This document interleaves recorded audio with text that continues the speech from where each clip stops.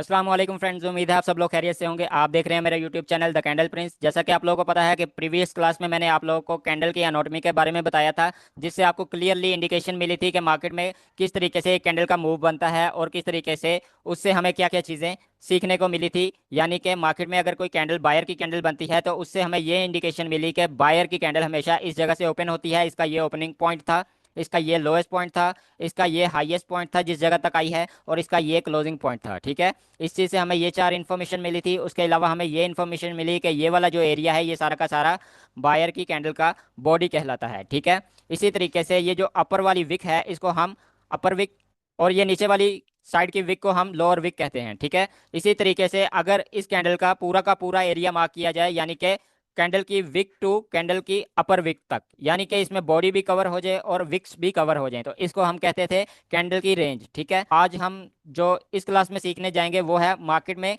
Candle का move, यानी कि market according to price action किस तरीके से मूव करती है, और हमें किस तरीके से पता चलेगा कि इस कैंडल का ओपन पॉइंट या क्लोजिंग पॉइंट या हाईएस्ट पॉइंट या लोएस्ट पॉइंट किस जगह तक था, और किस तरीके से इसके साथ प्राइस अलाइन कर रही है, और हमें किस तरीके से पता चलेगा ये कैंडल की प्राइस किस जगह पर क्लोज हुई थी और किस तरीके से ये ओपन हुई थी, किस जगह से ओपन हुई थी। ठीक है, तो इस चीज़ को हम समझने की कोशिश करेंगे।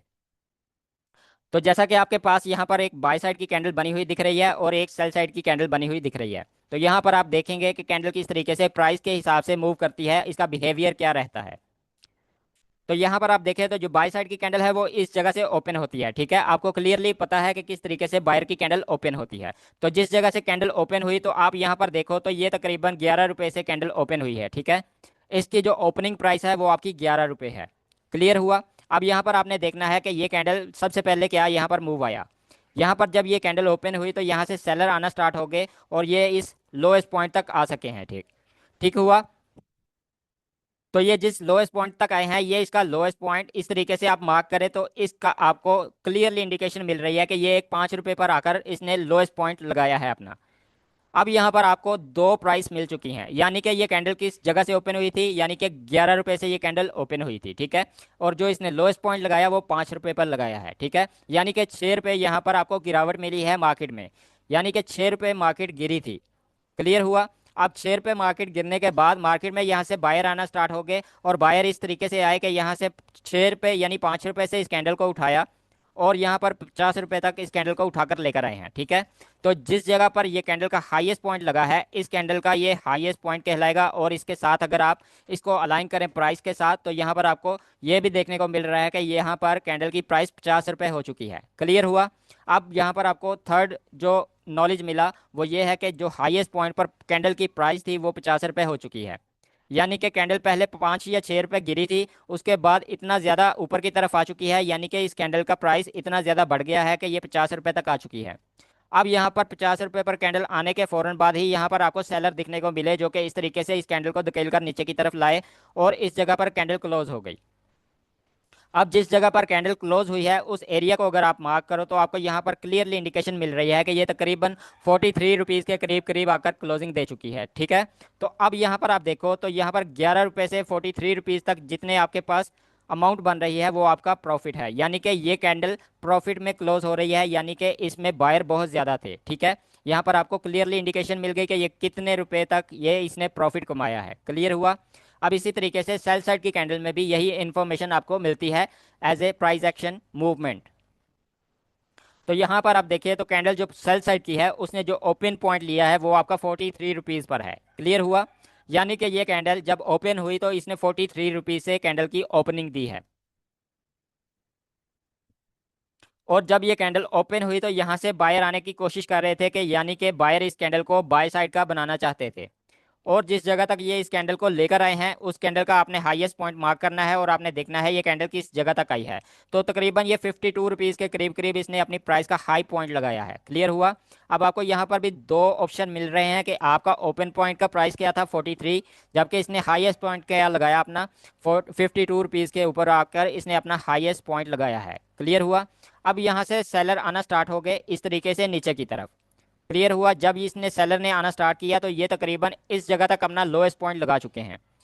यहाँ तक कैंडल आई और ये इसका जो एरिया कहलाता है ये तकरीबन 5 या 6 रुपए की प्राइस कहलाती है, ठीक है। यानी कि मार्केट में गिरावट इतनी ज़्यादा आई है कि ये 52 रुपए से या 50 रुपए से हाई लगाकर उसके बाद इतना नीचे गिरी है कि ये 5 रुपए पर आकर इसने अपना लोएस्ट पॉइंट लगाया है।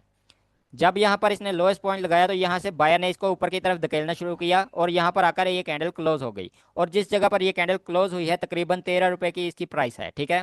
तो यहाँ पर आप देख सकते हैं कि यहाँ पर 43 रुपीज़ से 13 रुपीज़ तक ये कैंडल गिरी है। तो ये सारी की सारी गिरावट आपको ये शो करवा रही है कि यहाँ पर सेलर बहुत ज़्यादा एक्टिव हैं। क्लियर हुआ।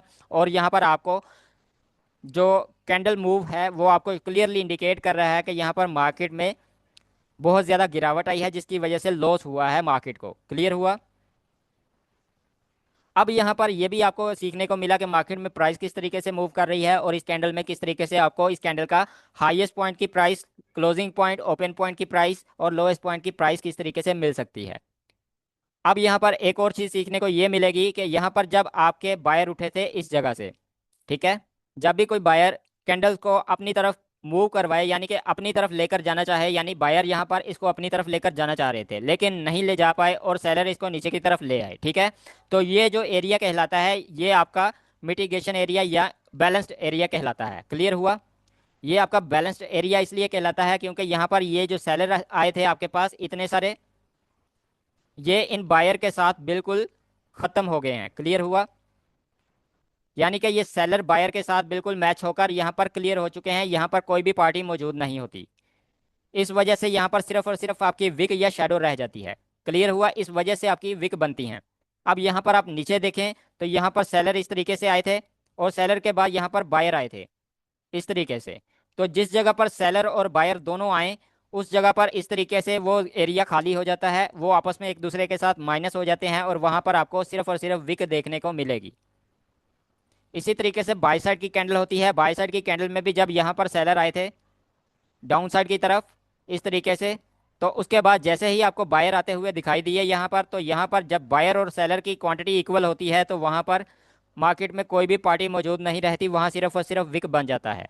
तो यहाँ पर आपको सीखने को मिला कि open price, lowest price, highest price, closing price आपको किस तरीके से मिल सकती है एक कैंडल की और किस तरीके से मार्केट में मूव आता है और हमें पता चलता है कि मार्केट आप प्रॉफिट में गई है या लॉस में गई है, ठीक है। और एक चीज़ आपको ये सीखने को मिली कि जिस जगह पर सेलर और बायर सेम हो जाएं उस जगह पर विक बन जाती है कैंडल में। उम्मीद है आज की वीडियो भी आपको क्लियर हो गई होगी कि किस तरीके से मार्केट में कैंडल का बिहेवियर समझा जाता है और कैंडल में किस तरीके से बायर और सेलर भी मौजूद होते हैं। तो उम्मीद है आज की वीडियो भी आपको क्लियर समझ आ गई होगी। तो मिलेंगे नेक्स्ट वीडियो में, तब तक के लिए दीजिए इजाज़त। अल्लाह हाफिज़।